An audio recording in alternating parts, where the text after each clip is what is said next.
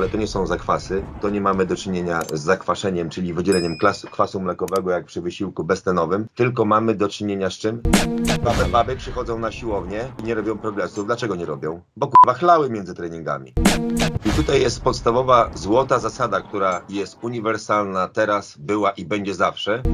Mój tata opracował kiedyś, jak otworzył siłownię, taki program dla początkujących. Czego człowiek nie powinien robić na siłowni, Tak. a jak prawdopodobnie powinien podejść na początku, aby ta siłownia sprawiała mu przyjemność, a nie katorgę? Spoko. Mój tata opracował kiedyś, jak otworzył siłownię, taki program dla początkujących. To był bardzo mądry program i zaraz powiem dlaczego.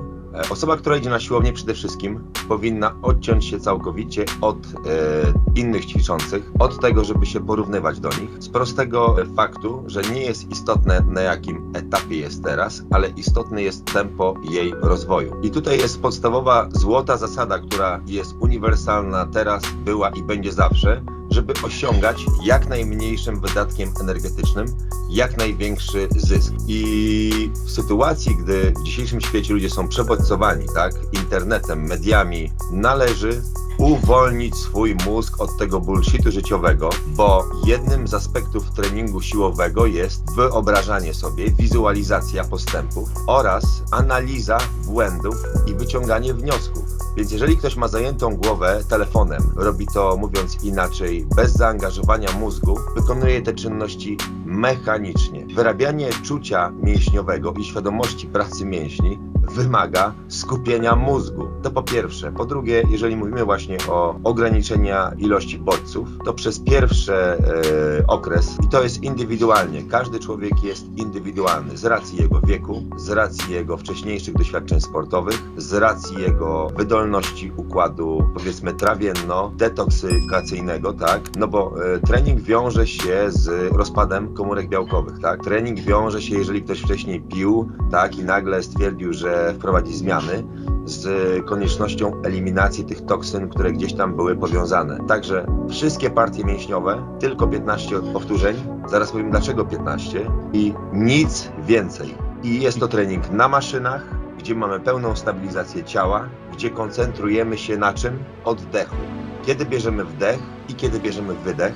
I bardzo by było dobrze, gdyby pierwszy trening był przeprowadzony z instruktorem i w siłowni mojego taty, która wyprzedzała standardy tamtych czasów, myślę o 20 lat, pomijając fakt, że mój tata kupił kilkadziesiąt zegarków, pulsatorów, gdzie one kosztowały kiedyś gigantyczne pieniądze, to po 5-6 lat prowadzenia działalności zostały mi 2. No to sobie wyobraź, z czym mamy do czynienia jak zwykle. Z wdzięcznością ludzi za chęć dbania o ich zdrowie, tak? Takich sytuacji, gdy mój tata tłumaczył komuś, jakie suplementy kupić, mając te suplementy w sprzedaży i poświęcił mu swój czas i nagle gość mówi, że on to sobie kupi gdzieś, bo będzie miał 30 zł taniej. I to tak samo ja mam do czynienia z takimi rzeczami w studio. Także ludzie mają dziwne podejście, także cieszy mnie to, że trenerzy personalni zaczęli się mocno cenić i kasują ludzi na duże pieniądze. Policzy się know-how, czyli umiejętność, jak to zrobić. Także pierwszy trening powinien być pod obserwacją trenera i taką możliwość macie, bo na każdej siłowni, gdy kupujecie karnet, dostajecie opiekę trenera. I oczywiście, przecież bardzo istotne jest rozgrzanie ciała przed treningiem, czyli zaczynamy od 5-7 minut, w zależności od naszego wytrenowania, pracy aerobowej. Delikatnego marszu, jazdy na rowerze czy lekkiego truchtu. A po treningu należy zrobić co? Należy zrobić wyciszenie, czyli jeżeli ten trening był intensywny, no to należy zrobić wyciszenie na jakiejś maszynie. Co jeszcze pozwala, że uczymy się spowalniania tętna, tak, w warunkach lekkiego obciążenia. Co pod kątem sportów walki, czy takich sportów powiedzmy zespołowych, tak, drużynowych, no to masz momenty, gdzie musisz na maksa przyspieszyć, być sprinterem, prawda, bo każdy zawodowy piłkarz, no to musi mieć czas w sportach, miałby czas jak zawodowy prawie że sprinter, tak, nie w pierwszej dziesiątki, ale zawodowy sprinter. I ja to powtarzam każdemu zawodnikowi sportów dynamicznych. Najważniejsze są twoje 2-3 kroki. Takie jakie przyspieszenie wygenerujesz, no to odsadzasz przeciwnika. I wtedy nie musisz mieć mega techniki, wystarczy, że go miniesz. Twoja atletyczność, czyli pressing ciałem, no ale to już odbiegamy na siłowni maszyny, duże partie mięśniowe, poprzeplatane z małymi. Jak będą zainteresowani, jak taki program ma wyglądać, no to możemy to omówić w następnym spotkaniu. Rozciąganie i tu są różne szkoły. Niektórzy twierdzą, że należy się rozciągać po każdej serii, inni twierdzą, że po treningu. Natomiast ja wiem jedno, lepiej się rozciągać jakkolwiek niż wcale. Można też dołożyć rolowanie, tak. No, świadomość trenerów ćwiczących poszła mega do góry i również trener profesjonalny powinien uwzględnić przed treningiem wady postawy ćwiczącego, jego słabe punkty i tak dobrać te ćwiczenia, żeby nie zrobić mu krzywdy. Bo jeżeli ktoś ma skrzywienie kręgosłupa, jeżeli ktoś ma pochylone barki do przodu, tak, problemy z kaletką podbarkową, ciasnotę, tak, czy ktoś ma lordozę, no to na pewno nie powinien robić martwego ciągu. Jeżeli ktoś ma problemy z kolanem, na pewno nie powinien robić przysiadów, tak.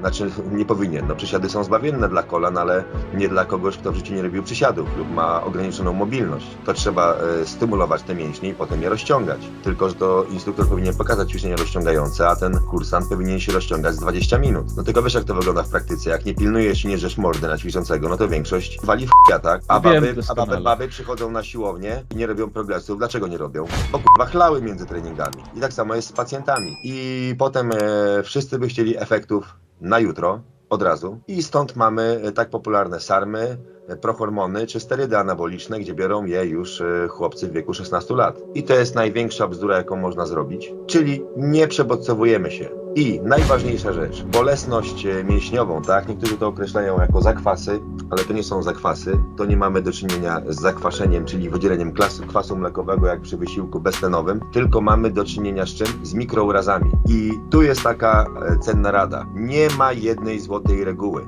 Jeden ma próg bólowy taki, że on w ogóle nie czuje tych zakwasów, a inny czuje je bardzo mocno. Jeżeli wykonacie za mocno trening na bicepsy, to nie będziecie mogli prawie że zginać ręki przez 3-4 dni. Jeżeli zrobicie go delikatnie, prawie że w ogóle się nie męczycie, będziecie w stanie przyjść na tą siłownię następnego dnia, jeżeli wcześniej trenowaliście sport, lub po dniu przerwy.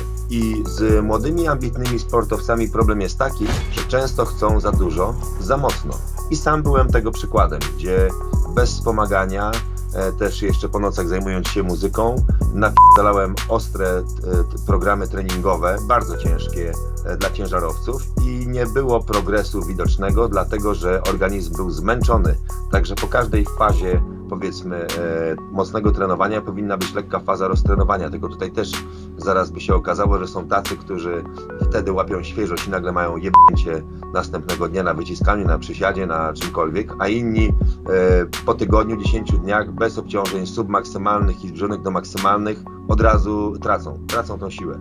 Więc nie ma jednej złotej reguły, ale najważniejsze jest, żeby w chwili, gdy czujecie zakwasy, stanąć przed lustrem i napinać te mięśnie. I tu nie chodzi o prężenie, tylko chodzi o wyrabianie połączeń nerwowych i żeby mózg analizował, jak te mięśnie pracują i był w stanie je napiąć. Także no tutaj też w zaawansowanym podcaście, powinien być odpłatny, mógłbym zawodowym kulturystom zdradzić metody, w jaki sposób na przykład co zrobić, żeby urosła mu góra klatki.